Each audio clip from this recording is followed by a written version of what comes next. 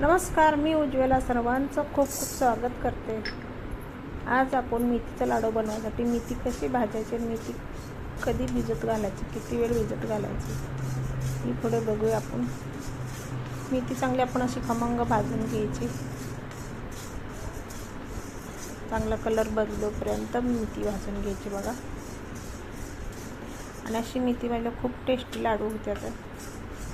अगदी सोप्या पद्धतीने मेथीचे लाडू बनवूया आपण। मेथी आता भाजली आपली, काढून घेऊया, थंड करायला ठेवूया एका बशीमध्ये। आता आपण मिक्सरच्या भांड्यात वाटून घेणार आहे। मेथीची पावडर बनवून घ्यायची बारीक अशी। पूर्ण व्हिडिओ आपला मोठ्या चॅनलवर आहे, जाऊन बघा। अशा पद्धतीने बारीक करून घेतली बघा मेथी। काय कांना वाटते लय झंझट आहे मेथीचे लाडू बनवायला, काही झंझट नाही, सोपं येतं आपल्याला लाडू बनवायला। आता आपण पावडर बनवून घेतली बघा, रवाळ अशी। आता एका काचेच्या बाउलमध्ये काढूया आपण।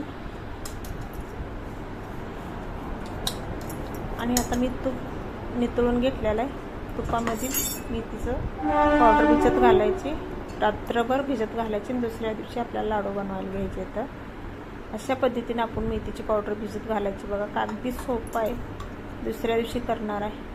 कमीत कमी 8-9 तास तुम्ही मेथीची पावडर भिजत ठेवा, अजिबात कडू लाडू होत नाही, तर खूप टेस्टी लाडू होते। तर रेसिपी आवडल्यास लाईक करा, सबस्क्राईब करा। अशाच आपण रोज नवीन रेसिपीमध्ये भेटूया। धन्यवाद।